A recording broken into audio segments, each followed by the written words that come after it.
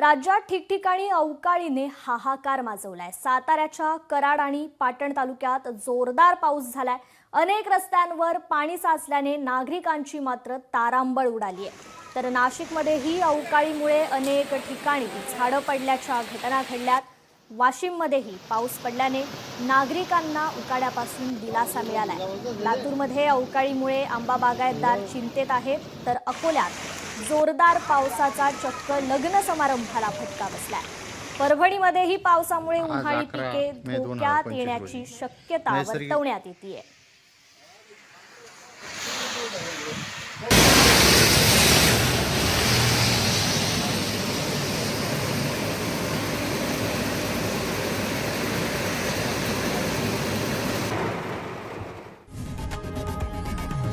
लोकशाही मराठी ऐका, पहा, जागरूक रहा।